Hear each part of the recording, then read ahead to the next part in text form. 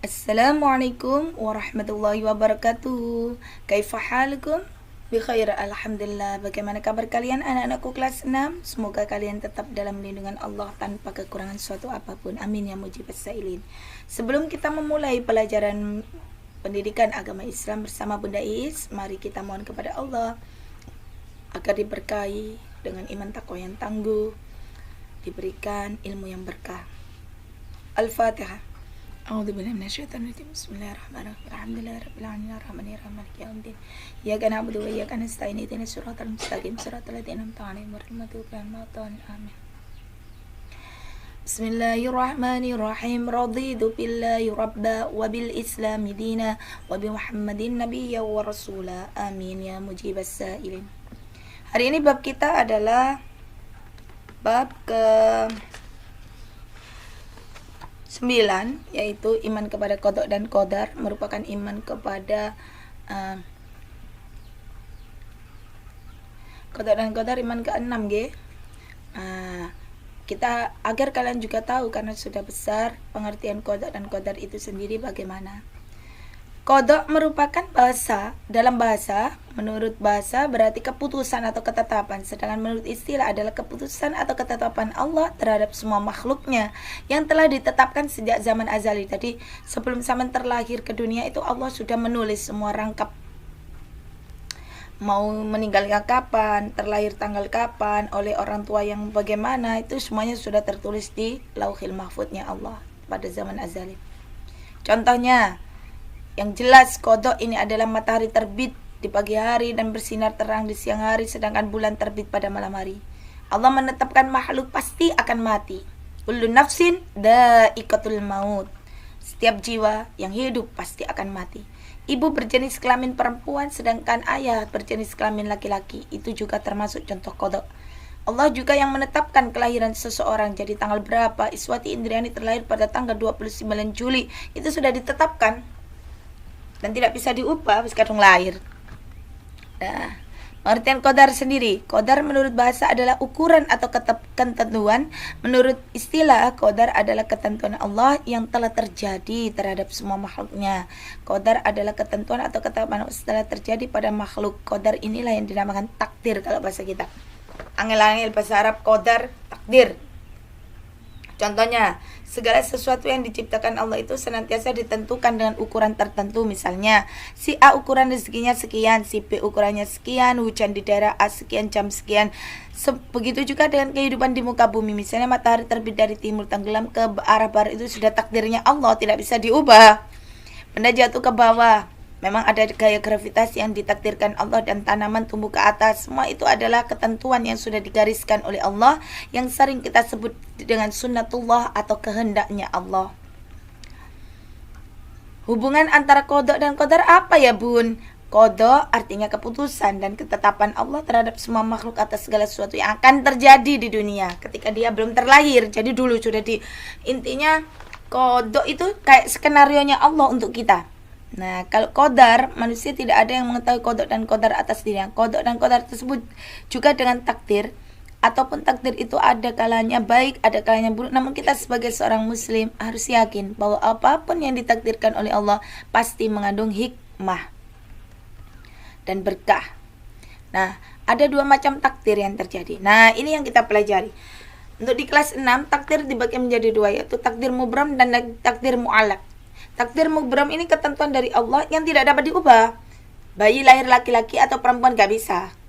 Oh, operasi bunda. Nah, itu menyalahi kodrat, menyalahi takdirnya Allah. Itu dosa besar. Kematian, terjadinya hari kiamat dan sebagainya, itu merupakan takdir mubram yang tidak bisa dirubah oleh manusia. Takdir mu'allaq adalah ketentuan Allah yang mungkin dapat diubah oleh manusia dengan jalan ikhtiar dan berdoa. Misalnya orang kurang pandai, dia belajar dengan rajin, maka dikasih Allah kepandaian. Orang miskin dapat menjadi kaya karena dia rajin berusaha dan bekerja keras. Itu bisa diubah, nak. Nah, tapi kalau yang di atas tadi mubram tidak bisa diubah. Kamu sudah terlahir laki-laki, sudah disyukuri dalam keadaan laki-lakimu itu. Kalau terlahir perempuannya, sudah disyukuri dan dilakukan dengan sebaik-baiknya sebagai seorang perempuan. Jika ada orang yang berpindah laki-laki menjadi perempuan atau biasa disebut dengan transisi gender. Naudzubillah, summa naudzubillah, itu dosa besar. Hikmah beriman kepada qada dan qadar. Dengan beriman kepada qada dan qadar, sering muslim tidak akan putus asa atas segala cobaan dan musibah yang menimpanya. Mereka akan bersyukur atas segala nikmat yang diterimanya, menerima segala cobaan dan ujian yang menimpanya.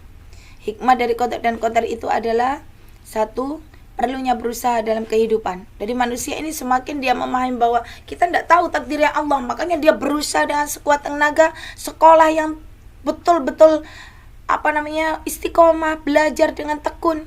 Kalian kan juga sama, kalian kelas 6. Adakah yang tahu kalian bisa lulus dengan nilai bagus atau tidak? Tidak ada kan? Makanya Bunda minta, ayo semangat belajarnya. Pendidikan agama Islam seringkali di antara 23 anak yang setor 19. Yang lain kemana? Ini sekolah bersama, semangat. Toh tidak ada yang tahu. Kemarin itu datang corona, nggak ada yang tahu kan? Bunda juga nggak tahu. Ini bukan sebuah skenario manusia. Ini skenarionya Allah. Kalau kamu malas-malasan sekolah, itu tandanya kamu putus asa atas rahmatnya Allah. Allah memberikan pandemi ini tujuannya agar kita satu, sabar. Kedua, tekun di dalam rumahnya dan saling bekerja sama dengan keluarganya. Sabar menghadapi cobaan. Nah, kalau kita artikan pandemi ini cobaan, ya sudah kita terima, tapi harus dengan cara lebih baik lagi. Belajar yang tekun di rumah, membantu orang tuanya, tawaduk kepada orang tuanya, seperti itu. Bukan untuk berputus asa kehidupan ini. La tayasu min dzatillahi illal qaumil kafirin. Tidak ada orang berputus asa kecuali mereka yang kafir. Loh, berarti kalau kamu putus asa, malas-malasan, sama dengan siapa? Nah, orang kafir kan? Nah, makanya ayo belajar yang rajin. Kita semuanya tidak ada yang tahu pandemi ini berakhir kapan. Itu haknya Allah, sunnatullah, yang kita harus menjalaninya dengan tekun dan bersyukur. Kita masih dikasih Allah sehat, tidak seperti orang-orang lain yang terkapar dan meninggal dunia, nak. Apakah kamu mempunyai cita-cita? Sudahkah kamu berusaha untuk mencapainya? Jika kamu menemukan kegagalan, bukan berarti Allah membencimu, tapi Allah ingin melihat kamu berusaha lebih keras. Dan jangan lupa pula berdoa kepada Allah. Nah, ini sebuah gambaran bahwa di antara qada dan qadar Allah ini, Allah menentukan qada dan qadar makhluknya, tidak ada yang menyengsarakan, nak. Ketika takdirmu saat ini dicoba dengan bertubi-tubi, itu tujuannya Allah agar kamu lebih kuat dan lebih bisa bersabar menerima apapun pemberian Allah. Nanti di akhirnya pasti indah. Allah tidak mungkin memberikan cobaan tanpa ada penyelesaian. Allah tidak mungkin memberikan sakit tanpa obat. Allah tidak mungkin memberikan pandemi ini tanpa akhir. Pasti ada akhirnya. Yang tidak ada akhir itu kiamat, akhir sudah dari kehidupan. Kita tidak akan melanjutkan kehidupan. Pandemi ini pasti berakhir. Tapi dengan konsep manusia harus tekun dan selalu tetap bersabar menjalani kehidupannya tanpa putus asa. Harapan Bunda demikian juga dengan kalian. Kita tidak ada yang tahu qada dan qadarnya Allah. Sebab setiap manusia, kullu nafsin dha'iqatul maut, yang hidup pasti mati. Makanya gunakan waktu luangmu sebelum masa sempitmu. Gunakan kehidupanmu dalam kemanfaatan sebelum masa kematianmu. Karena ketika manusia sudah mati, tidak akan bisa memperbaiki kehidupannya. Walaupun minta ke Allah, Allah hidupkan lagi, tidak bisa. Itu sudah jalan akhir. Makanya dalam Al-Quran dipesankan, innallaha la yughayyiru ma biqaumin hatta yughayyiru ma bi anfusihim. Sesungguhnya Allah tidak akan merubah nasib suatu kaum atau seseorang kalau orangnya juga nggak mau berubah. Ayo kelas 6 bangkit, semangat. Karena kita tidak tahu qada dan qadarnya Allah di masa yang akan datang. Hari ini dengan semangatmu Bunda berdoa kepada Allah, semoga kalian sukses di masa yang akan datang. Demikian yang bisa Bunda sampaikan. Jaga diri kalian. Salam sehat dan semangat dari Bunda Iis.